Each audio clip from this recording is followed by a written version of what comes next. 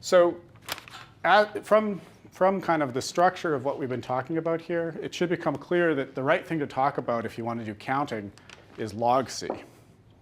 Because the anomalous dimension equation was simple for log C. It was mu d by mu, or d by d log mu of log C is equal to something. That something on the right-hand side has an expansion in alpha, and we could include higher order terms in that expansion, but it would always be of that structure.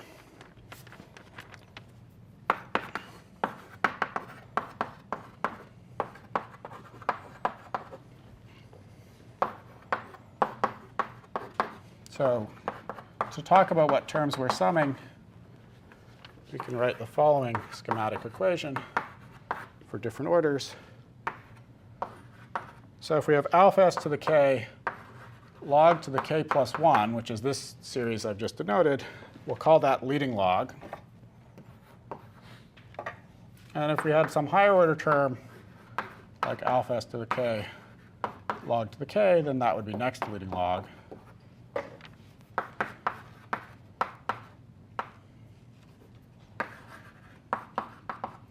And if we had more alphas than logs, then we call that next to next leading log. And the structure of the anomalous dimension equation always sort of guarantees that if you solve it for this log, that this is what the higher order terms would give you. Okay, so you should think of it that really with log counting is kind of like normal log counting, except for two caveats in this theory. You're doing it in the exponential. Okay, that's what taking the log did.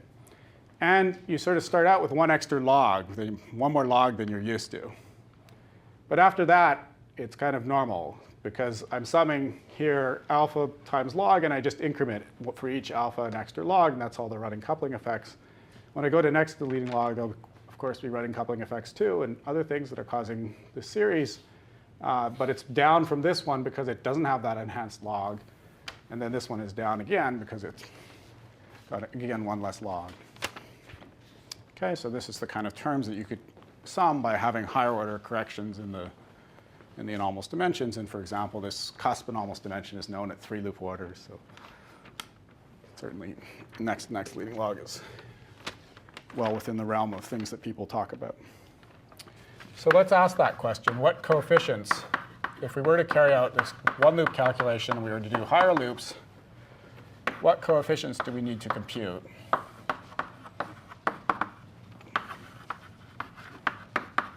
So remember the story when we were summing single log series was we would do like tree level matching, one loop anomalous dimension, then we do one loop matching, two loop anomalous dimension. What's the analog of that story here?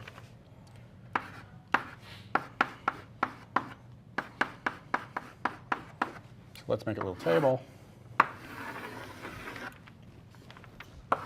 So what information do we need at tree level? What information do we need at one loop? 2 loops, 3 loops.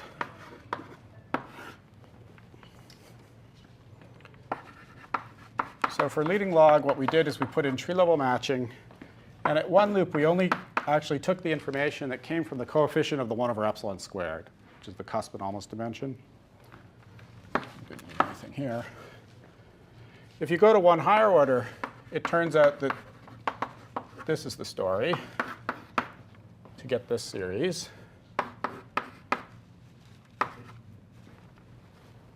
we would need the 2-loop cusp anomalous dimension, the 1-loop non-cusp, and still the tree level matching.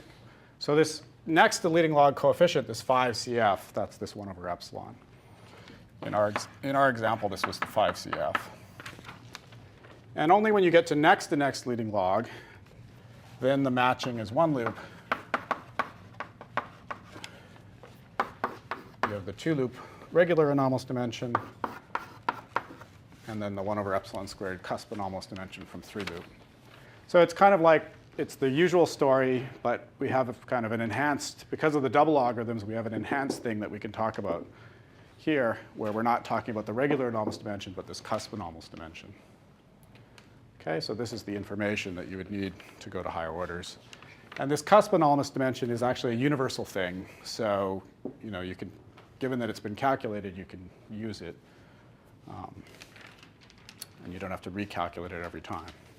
These pieces you have to recalculate, these 1 over epsilons, general. Yeah? Comment on the seeping, the arbitrariness of the boundary condition you chose? Yeah, so if I hadn't chose that boundary condition, sure, let me write something.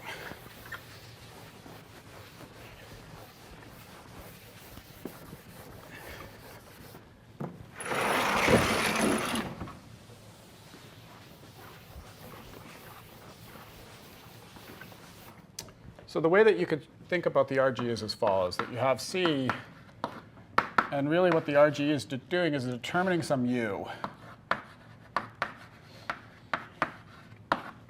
that allows you to run C from some point to some other point,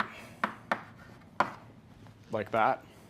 So in this formula, mu naught is some scale that's of order omega, it doesn't have, or W. It doesn't have to be equal to W. It could be 2W, half W. And the way that you're thinking about this equation is you're going to do perturbation theory for this thing.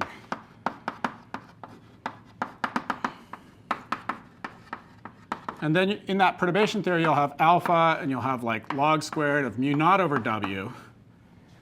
But as long as you're saying mu naught's of order W, those aren't large logs. And this thing here, in this formulation, would have the double log series of alpha log squared of mu over mu naught. But then mu naught's of order W, and mu you can take much smaller, and that's the large logs. So for simplicity, I just took mu naught equal to W, but you could, everything I've said I could repeat, and the story would really be the same if I had just used an arbitrary mu naught. And the reason you actually want to use an arbitrary mu naught in general is that you want to do scale variation to think about uncertainties. And so the mu naught dependence, just like when we were talking about electroweak operators and electroweak Hamiltonian, the mu naught dependence cancels between these things here. But that cancellation is an order by order in alpha cancellation. There's no large logs associated with that cancellation. And so what it allows you to do is if you've truncated this to some fixed order and you've worked to some fixed order over there, then you can probe how much uncertainty you have by varying the mu naught. This mu here will get tied up with the mu in the operator. So we can talk more about where that mu goes later on. But at the level of this formula, it is in general the case that you would do it with an arbitrary mu naught and then only fix mu naught at the end. And you'd even vary mu naught to get an idea of how much uncertainty you have in your leading log calculation, because varying mu naught would probe the next term in this series here. So when you say tree level matching, yeah. you I mean this C. not equal to 1. That's right. I mean this guy here. Right. Right. And if you want to go to 1 or NNLL, you take 1. Then you'd have this. That would have this term. Yeah. All right. Any other questions?